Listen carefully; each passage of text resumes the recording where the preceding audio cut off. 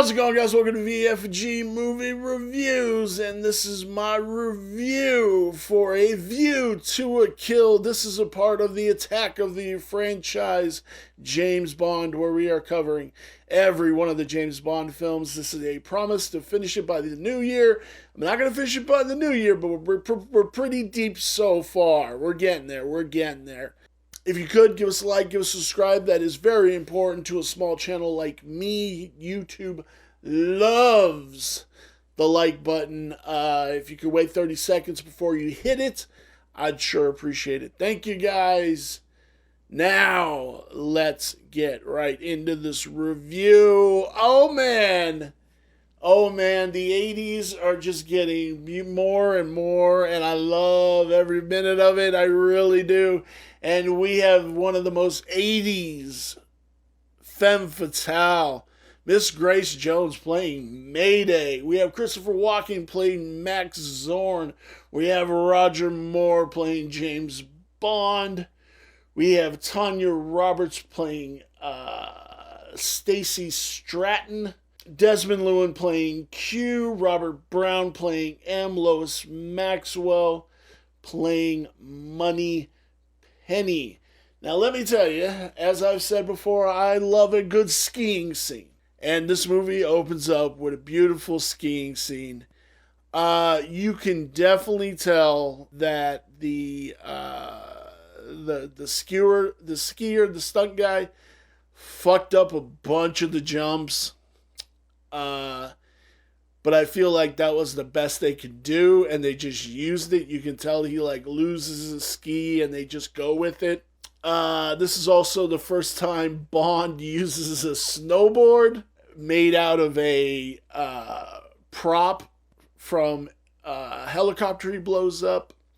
He is trying to recover a microchip from a spy who died in the snow, which is kind of interesting. And then Bond, he's in Siberia. It's always the Russians. Real big, it was the Russians in the 80s. And I think they eventually move on from there. But he's in Siberia, and he's it's 5 days to Alaska.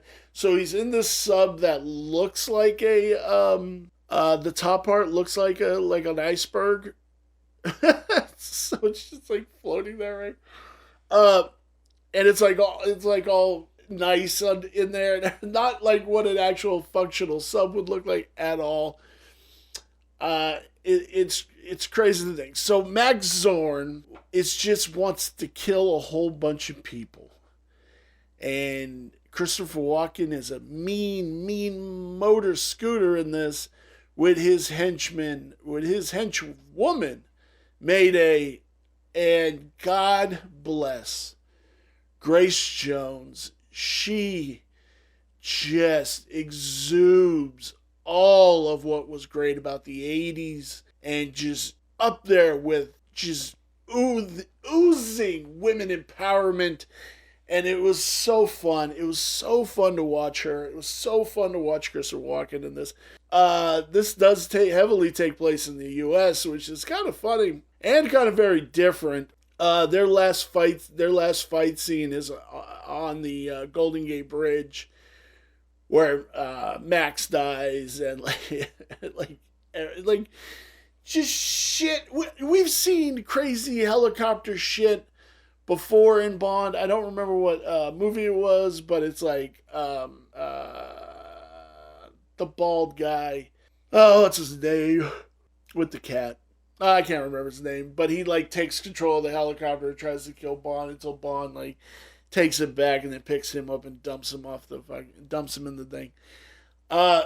This is a fun movie. This is I think this is the last 80s Bond before it hits the 90s, if I'm correct.